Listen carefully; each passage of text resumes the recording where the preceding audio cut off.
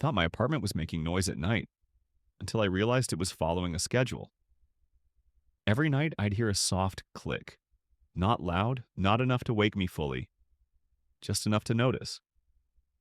I blamed the building, old pipes, temperature shifts. That's what you tell yourself when you live alone.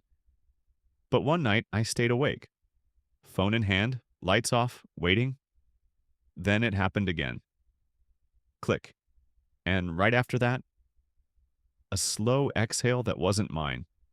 I didn't move, didn't breathe. And that's when I saw my bedroom door handle turn. Just slightly. Like whoever was outside didn't want it to make noise. The police found nothing. But the next morning, my door lock was finally broken. From the outside.